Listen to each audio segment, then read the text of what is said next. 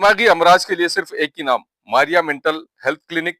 आज ही दिमागी अमराज के लिए माहिर डॉक्टर से संपर्क करें। Maria mental health clinic, Mahatma Phule school के सामने, सिटी फंक्शन हॉल के पास, महावितरण कंपनी के बाजू में, जिंतूर रोड, परभनी। आज ही संपर्क करें। रविवार के दिन यह हॉस्पिटल बंद रहेगा।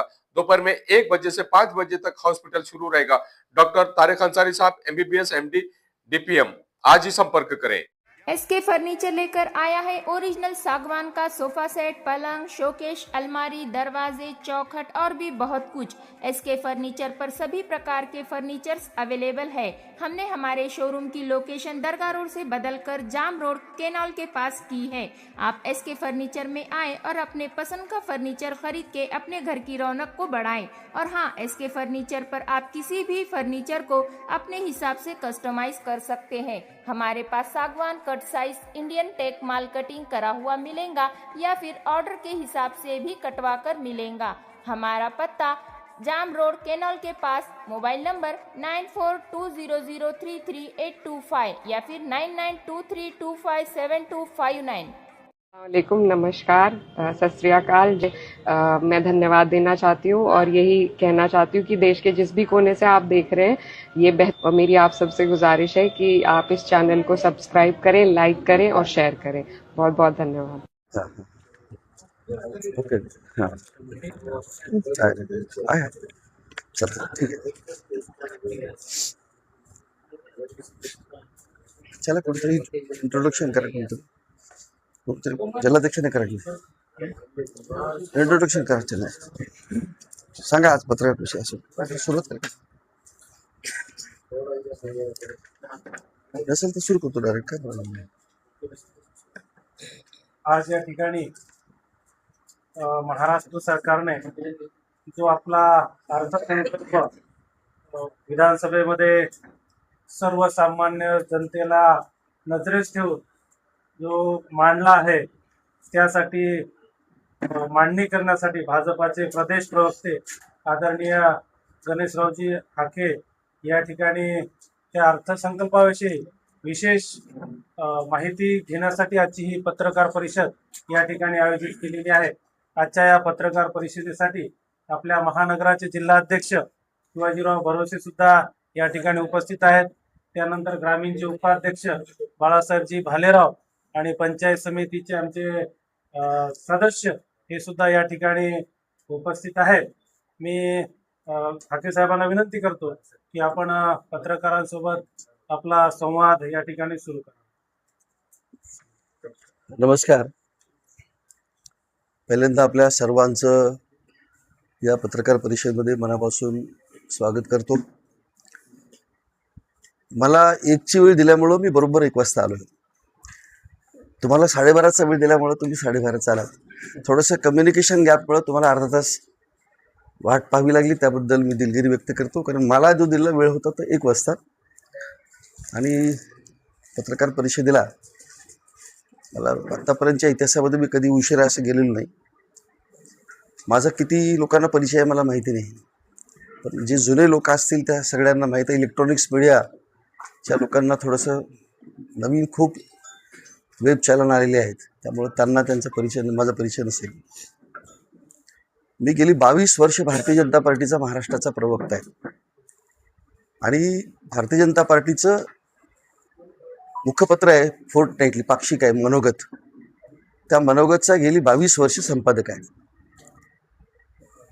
आणि आज सर्वच म्हणजे ज्या नुकताच जो आपल्या महाराष्ट्राचे लाडके मुख्यमंत्री आणि ज्यांच्याकडे आता अर्थ मंत्रिपदाची सुद्धा धुरा आहे, असे देवेंद्रजी फडणवीस यांनी सन 2026-27चा जो अर्थसंकल्प विधानसभेमध्ये आणि विधान परिषदेमध्ये जो सादर केला, ते तुमच्या माध्यमातून तो अर्थसंकल्प लोकांपर्यंत पोहोचवा या उद्देशानं आम्ही सगळ्याच जिल्ह्याच्या ठिकाणी महाराष्ट्रभर आमचे प्रवक्ते आणि पालकमंत्री असं जॉईंट पत्रकार परिषद आम्ही घेतो। खरं आजच्या पत्रकार परिषदेला आपल्या पालकमंत्री मेघनाताई म्हणजे उपस्थित राहणार होत्या, पण आता आजपासून अधिवेशन सुरू आहे आणि शेवटचे 3 दिवस आहेत। आणि आम्हाला आमच्या अध्यक्षांनी 22 तारखेच्या आतच पत्रकार परिषदा घ्यायला सांगितलं असल्यामुळे मी ताईंनाही विनंती केली होती. ताईंनाही आजची पत्रकार परिषद तुम्हीच घ्या असं सांगितल्यामुळं आज इथे परभणीला मी आज पत्रकार परिषदेला आलो आहे. पत्रकार परिषदेच्या अनुषंगानं तुम्हाला जे काही टिप्पण म्हणा किंवा मुद्दे म्हणा ते तुम्हाला दिलेले आहे आणि थोडी माहिती पण दिली आहे की हायलाइट्स तुम्हाला जे काही त्याच्यात दिलेल्या. खरं तर हा अर्थसंकल्प जो आहे तो आत्तापर्यंतच्या महाराष्ट्राच्या इतिहासातला सर्वाधिक रकमेचा हा अर्थसंकल्प आहे आणि या अर्थसंकल्पामध्ये जी काही वैशिष्ट्ये आहेत, दरवेळेला अर्थसंकल्प जो सादर होतो त्या अर्थसंकल्पामध्ये आणि या अर्थसंकल्पामध्ये बऱ्याच गोष्टीमध्ये वेगळेपण आहे.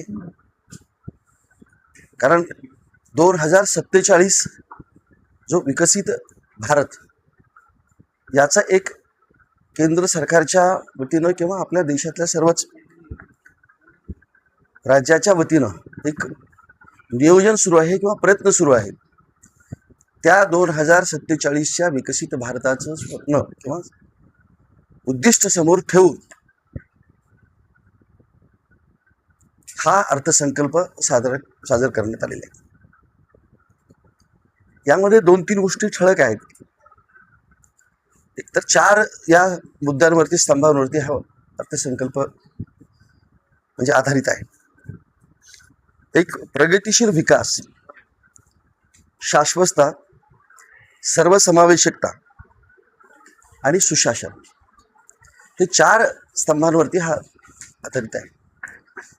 आत्तापर्यंतच्या अर्थसंकल्पामध्ये म्हणजे खूप चांगल्या पद्धतीनं यापूर्वी अर्थसंकल्प सादर झाले असतील, पण हा अर्थसंकल्प एक थीम घेऊन आणि 2047चा भारत समोर डोळ्यासमोर ठेवून म्हणजे सुशासनाच्या दृष्टिकोनातून, कारण का या सगळ्या गोष्टीची अंमलबजावणी करायची असेल तर तुम्हाला सुशासन असलं पाहिजे आणि म्हणून सुशासनाच्या बेस आणि त्याच्यानंतर मग डेव्हलपमेंटच्या ज्या काही प्लॅनिंग्स आहेत त्याच्यावरती आधारित हा असा आपला हा अर्थसंकल्प आहे.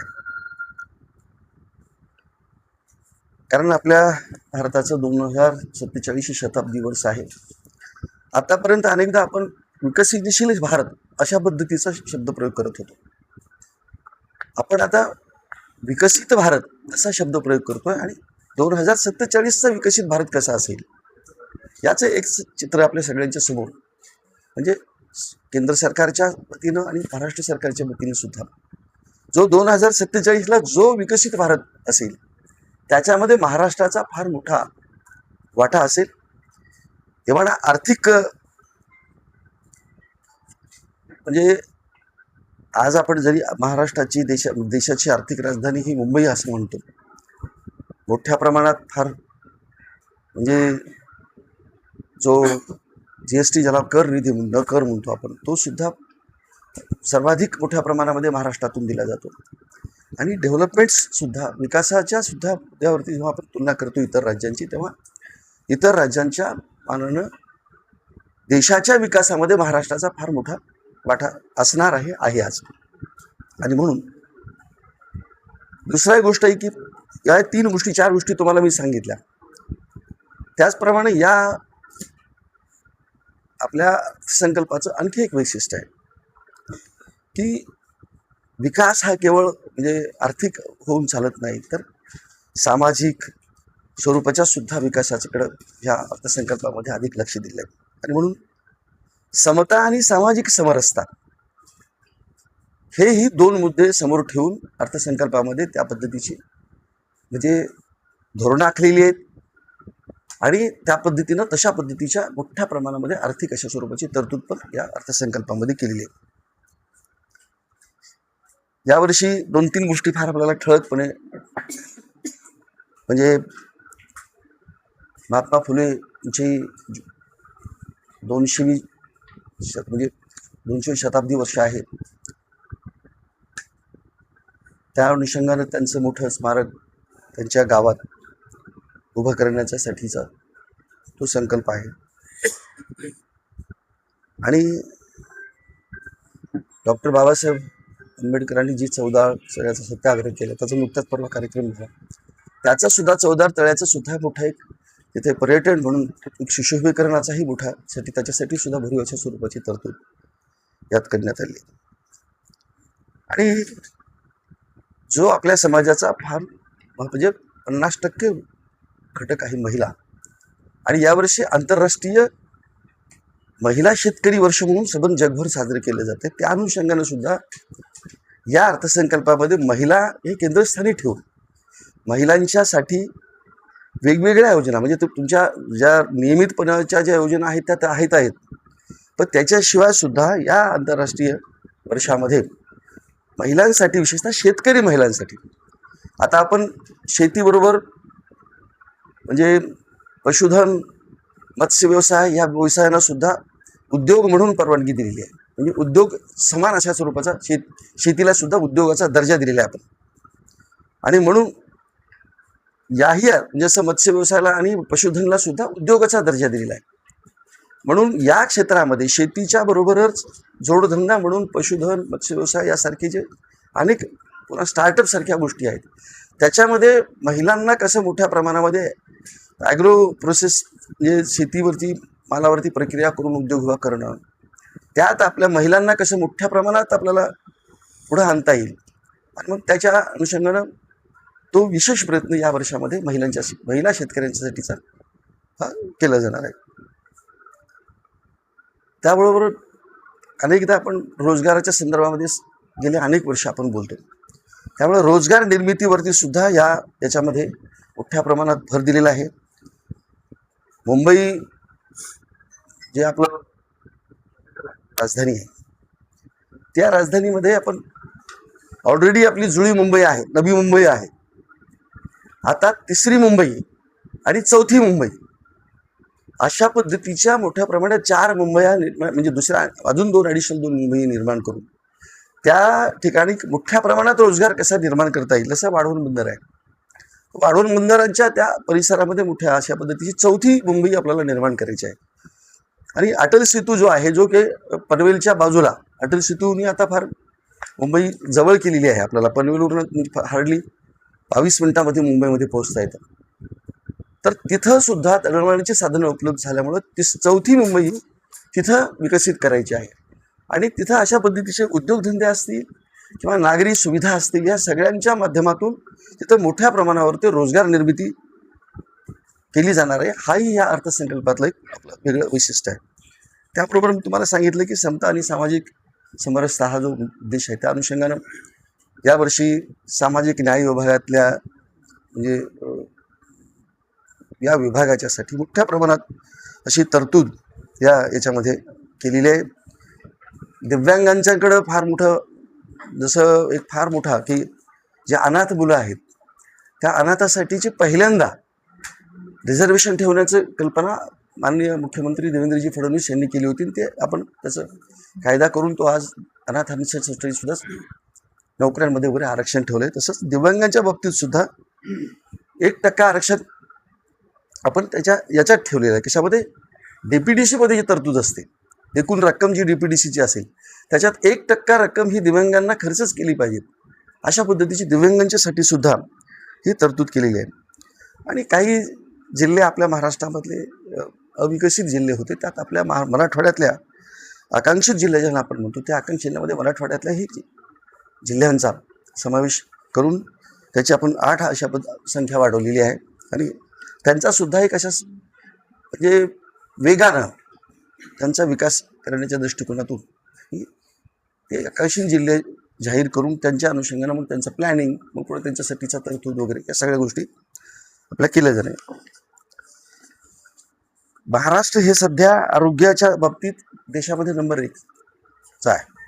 आणि म्हणून आपल्याकडे ज्या योजना आहेत त्याच्यासाठी सुद्धा त्याला आपण म्हणतो की सामाजिक स्वास्थ्याबरोबर म्हणजे हे आरोग्य सुद्धा आपल्या ज्या नागरिकांचं राहण्यासाठी अशा पद्धतीचे हे म्हणजे तरतुदी केलेल्या आहेत. आपण सगळेजण म्हणजे शहरात जरी राहत असलो तरी आपण ग्रामीण भागातला म्हणजे हा तसा ग्रामीण जिल्हा म्हणून आणि परभणी जिल्हा हा तसा शेतीच्या संदर्भामध्ये तसा विद्यापीठ आहे इथं. बाकीचे सगळे की शेतीच्या क्षेत्रातले जे विविध प्रयोग होतात ते प्रयोग करणारा असा एक जिल्हा एक म्हणून शेतकऱ्यांसाठी तर म्हणजे खूप मोठ्या प्रमाणामध्ये या अर्थसंकल्पामध्ये तरतुदी करण्यात आलेल्या आहेत.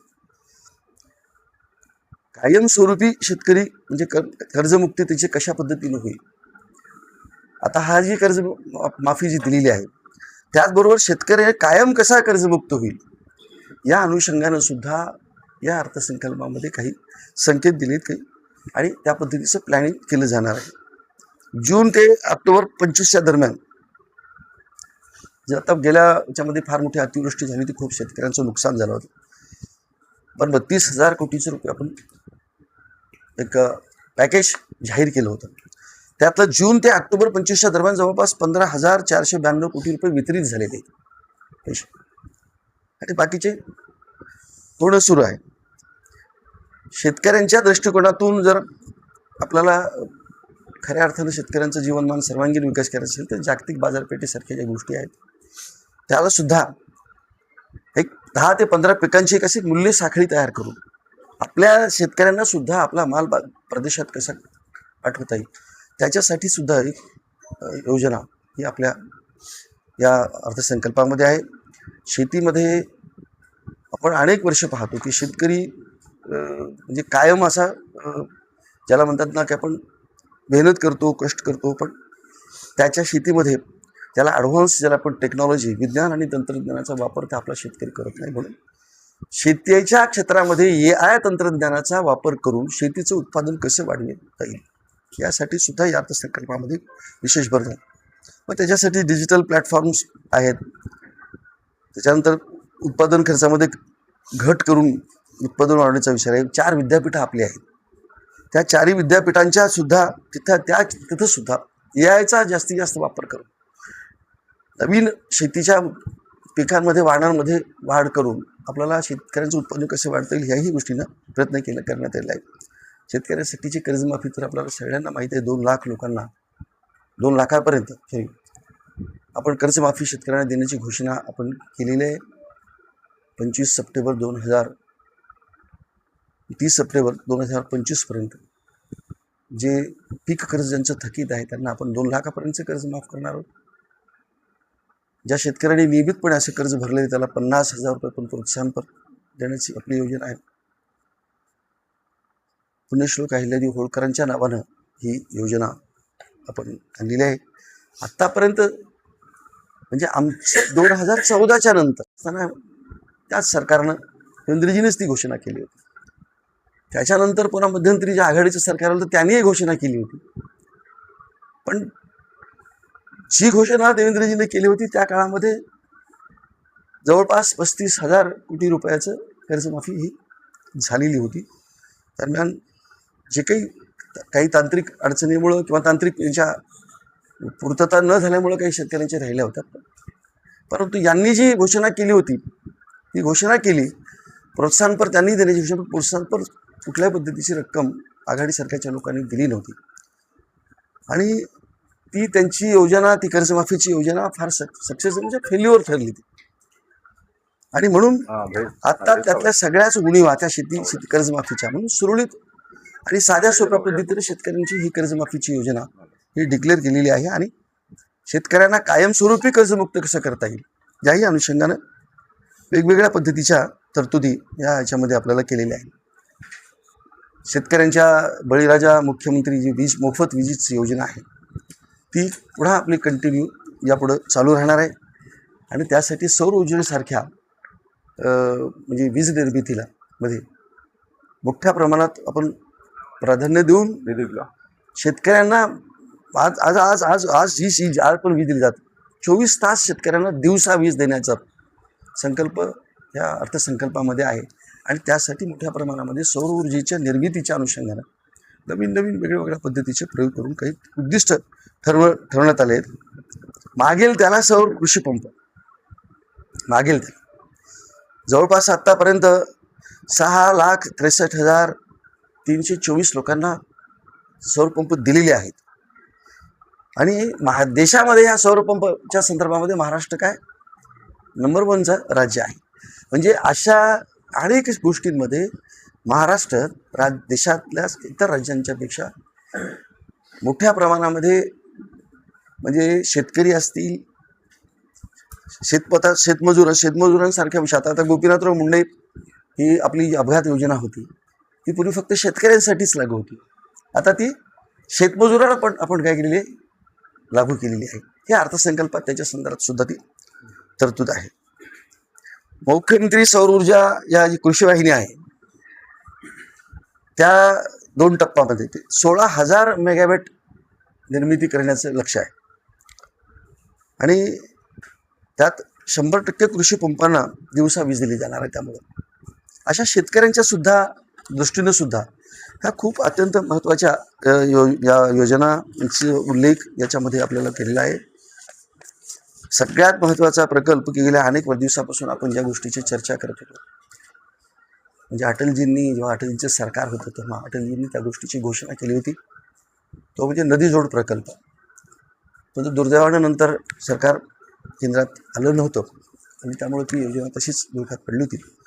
पण महाराष्ट्रामध्ये देवेंद्रजी मुख्यमंत्री झाल्यानंतर सुद्धा ते अटलजींच्या स्वप्नातलं जे काही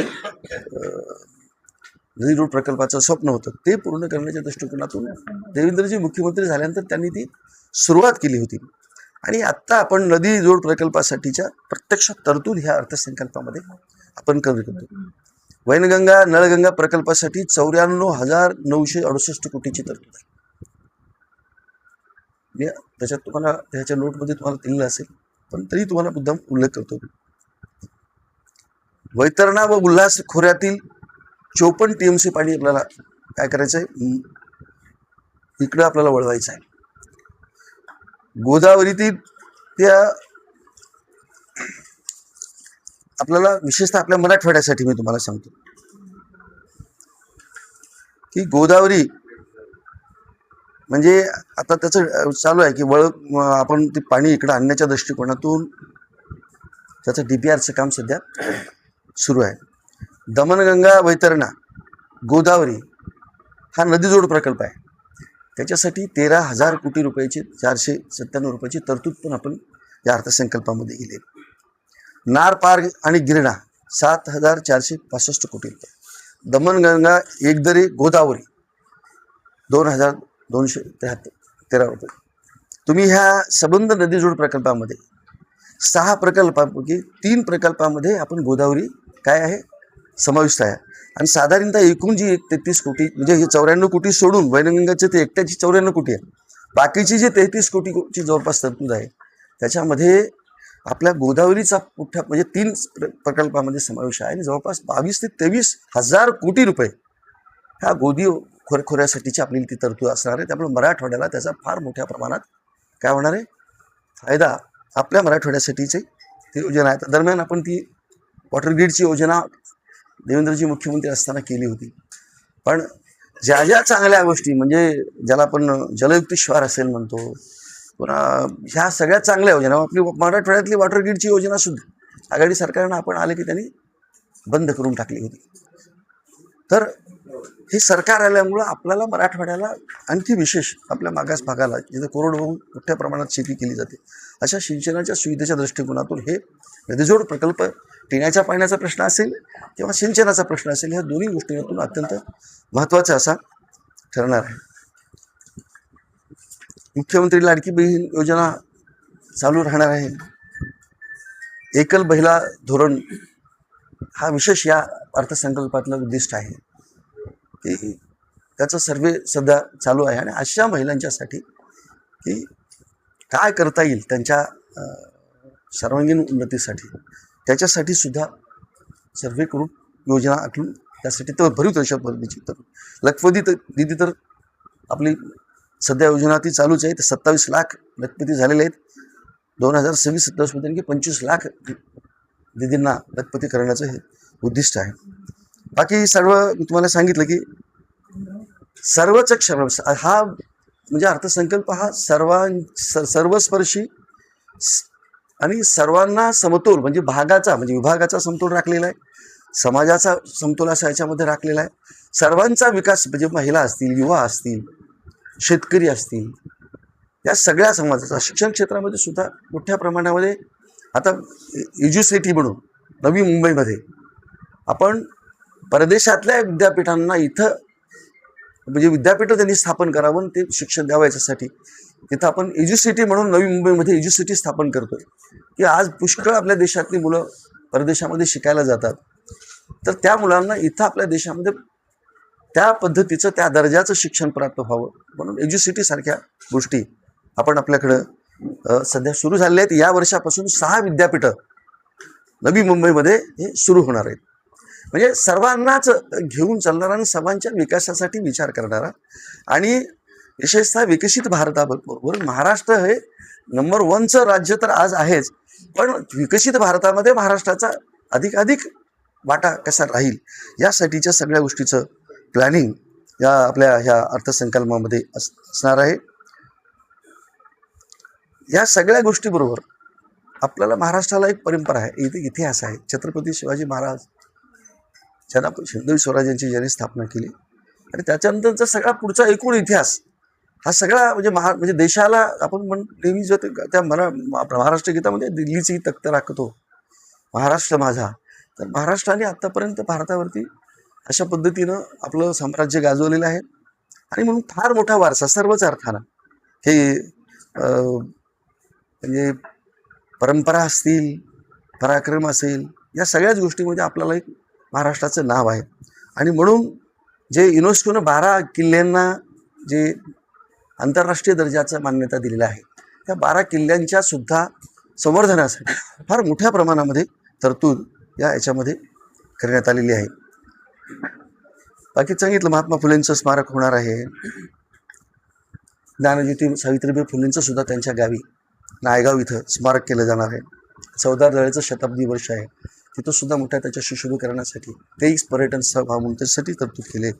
संत गाडगेबाबांच्या सुद्धा फार मोठा त्यांचा एक वेगळा त्याला आपण आदर्श आपल्यासमोर महाराष्ट्रासमोर आहे आणि म्हणून त्यांचं सुद्धा 150वे जे जयंतीचं वर्ष आहे, त्यांची सुद्धा जन्म, त्यांची कर्मभूमी आणि त्यांचे जे अंत्य शेवटचं जे त्यांचं हे झालेलं आहे अंतिम, अशा तिन्हींचं एक तीर्थक्षेत्र बनवण्याचं याही अर्थसंकल्पामध्ये त्याच्यासाठीची भरपूर तरतूद याच्यामध्ये करण्यात आलेली आहे. साधारणतः अशा पद्धतीचा हा आपला अर्थसंकल्प आहे. सामाजिक न्यायाच्या बाबतीत मी तुम्हाला बोललेलो आहे. आरोग्याच्या बाबतीत सुद्धा मी तुम्हाला सांगितलं की आरोग्यामध्ये जसं आयुष्यमान भारत योजना केंद्र सरकारने केली तशी आपण महात्मा फुले आरोग्य योजना आपण महाराष्ट्रामध्ये केली होती. आणि आज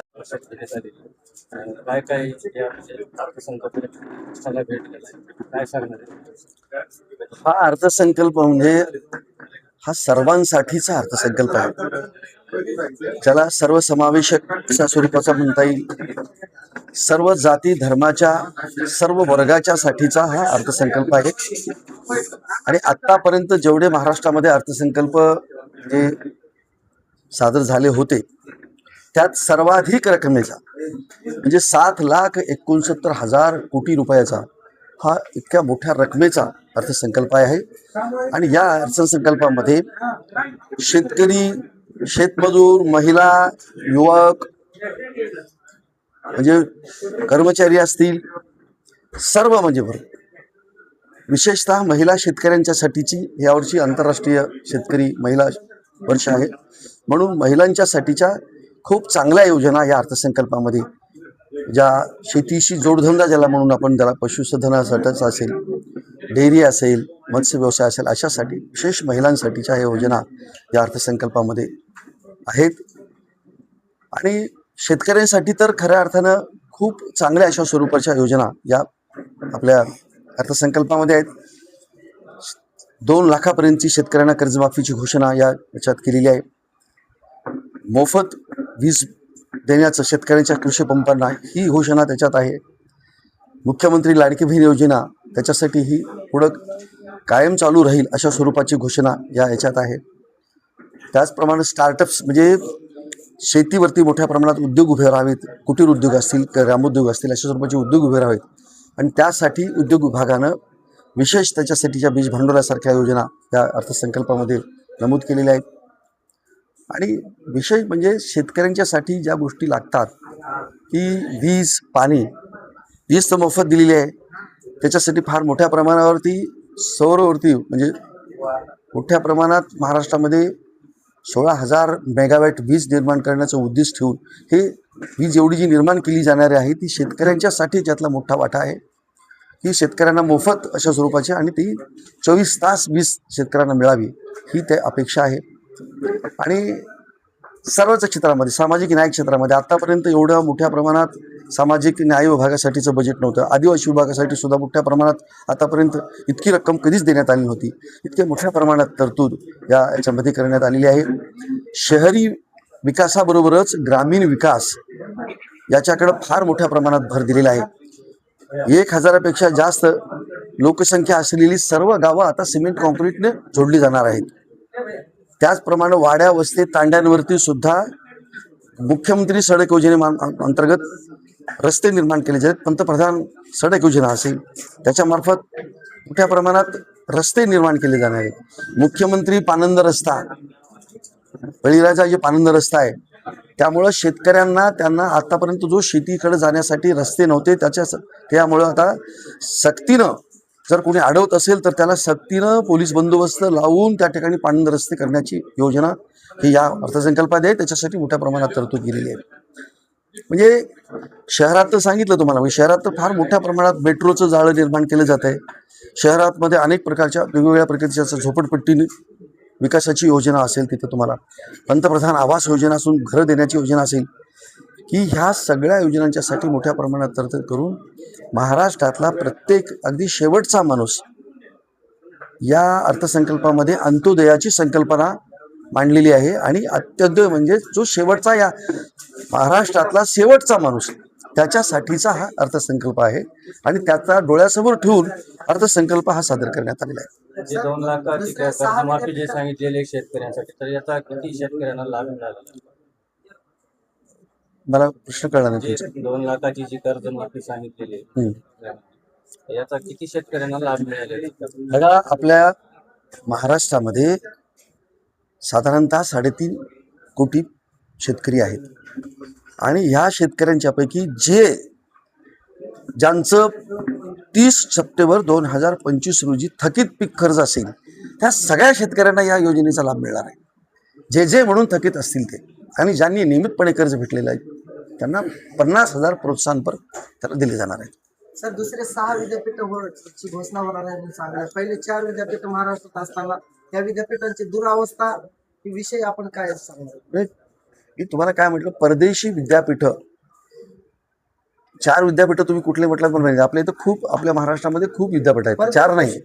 कृषी विद्यापीठाचं बोललो नाही मी तुम्हाला कृषी विद्यापीठ बोललो नाही. तुम्हाला मी जनरल जे अकॅडमिकचे जे विद्यापीठ आहेत त्याच्या संदर्भात बोललो. नाही, परभणीच्या शेतीच्या क्षेत्रामध्ये 4 विद्यापीठ आहेत. ही सगळी विद्यापीठं अधिक कार्यक्षम करणार आहोत आपण आणि इथं मोठ्या प्रमाणात AIचा म्हणजे कृत्रिम बुद्धिमत्तेचा वापर मोठ्या प्रमाणात करून इथं अनेक नवीन पद्धतीचे संशोधन कशा पद्धतीने होईल याच्यासाठी वेगळ्या पद्धतीची तरतूद केली जाणार आहे. कृषी विद्यापीठाची दुरावस्था ह्याच्याबद्दल सांगा. सगळ्या ज्या विद्यापीठांमध्ये दुरावस्था असेल ती सगळी विद्यापीठं सुधारली जाणार आहेत. आता AI तंत्रज्ञानामुळे, डिजिटलायझेशनमुळे कुठेही पद्धतीचं चुका होणं, काम चुकारपणा होणं हे आता म्हणजे करता येणार नाही.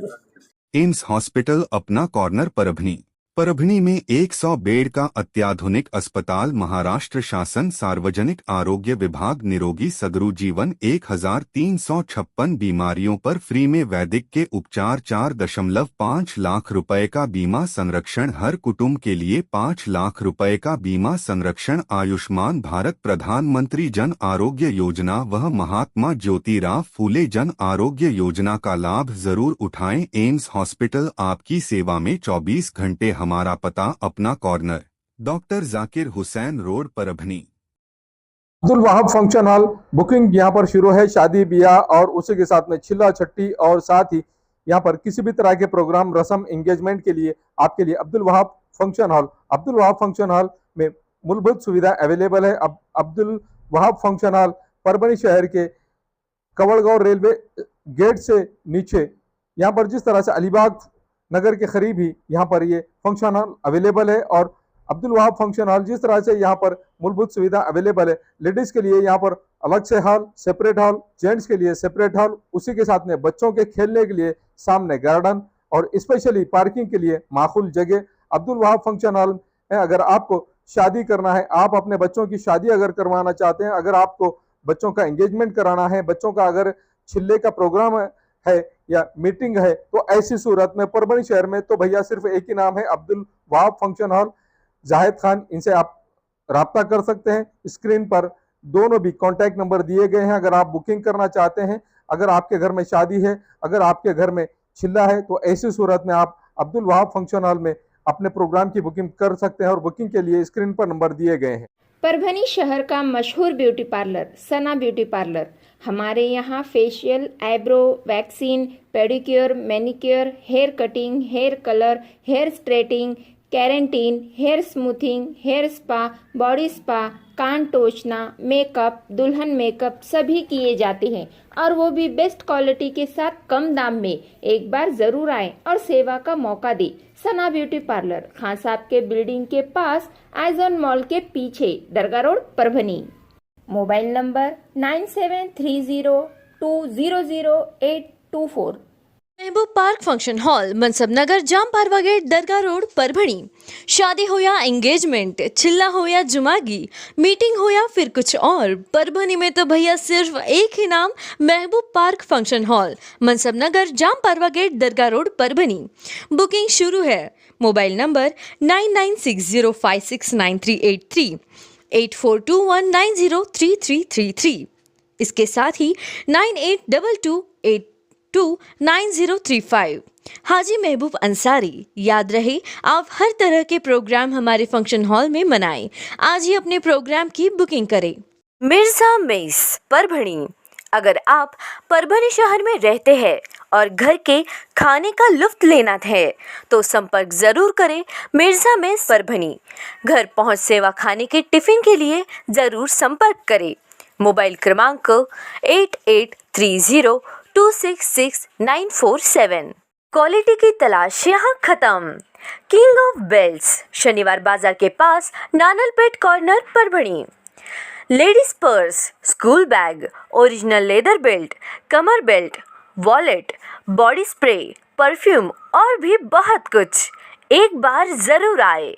किंग ऑफ बेल्ट, शनिवार बाजार, नानलपेट कॉर्नर, परभणी।